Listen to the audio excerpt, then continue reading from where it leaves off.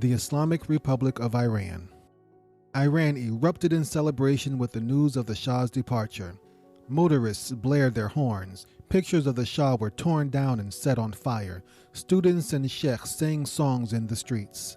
In France, Ayatollah Khomeini announced he would be returning soon to help set up a provisional government. He expressed hope this would lead to an Islamic Republic. On February 1, 1979, Ayatollah Ruhollah Khomeini set foot in Iran for the first time in 14 years. Within 10 days, his supporters had overrun Tehran and taken control of the city. The next several weeks were chaotic as the country came to grips with an uncertain future. The military vowed to remain neutral until a new government was established. But Khomeini's followers did not want to wait for that and immediately began post-revolutionary tribunals. Several high-ranking members of the Shah's administration were arrested, tried, and executed by firing squad. Ni'matullah Nasiri was the former head of Savak.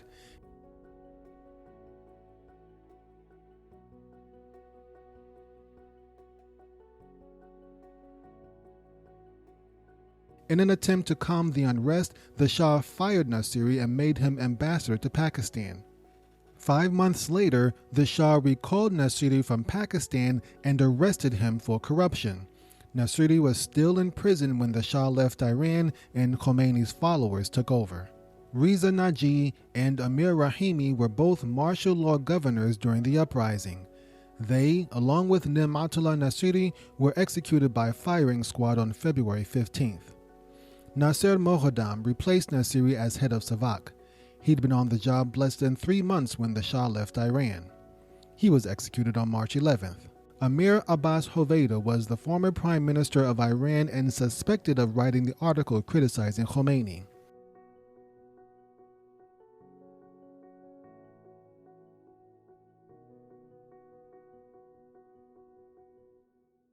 Just like Nasiri, the Shah had him arrested in an attempt to appease the protesters.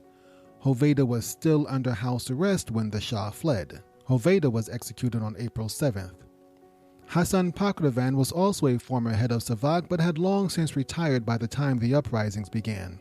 Nonetheless, he was arrested, tried, and found guilty on multiple charges. Hassan Pakrovan was executed on April 11th.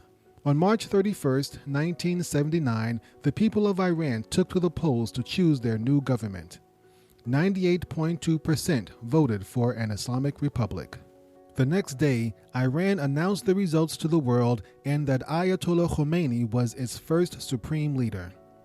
The United States formally recognized the new government, but that did not ease tensions. 7 months later, several Iranian students claiming loyalty to Ayatollah Khomeini stormed the U.S. Embassy in Tehran, taking 70 hostages. At first, Khomeini denounced the kidnapping, but then he decided to endorse it. Khomeini was upset with the United States for admitting the Shah for medical treatment. He suspected the U.S. was helping the Shah overthrow the new Islamic Republic. But even after the Shah died in July 1980, Khomeini still refused to release the hostages. He did allow the release of all women and African American hostages, but the rest would remain in Iran for over 400 days. The hostage crisis ultimately led to the downfall of Jimmy Carter's presidency. They were finally released on January 20th, 1981, the same day Ronald Reagan was sworn in as president. In retrospect, this was not a wise move for Khomeini. The United States has never forgiven Iran, and the two countries remain hostile to this day. Over the years, the United States has frozen billions of dollars of Iranian assets and has imposed several layers of economic sanctions. Following America's withdrawal, the United States began reimposing nuclear-related sanctions on Iran. All U.S. nuclear-related sanctions will be in full force by early November. They will be in full force. Hoping to take advantage of the new government's weakness, Iraq invaded Iran in September 1980. Iran was caught by surprise at first, but eventually rallied and fought Iraq to a stalemate. The Iran-Iraq War lasted over 7 years and cost over 1 million lives.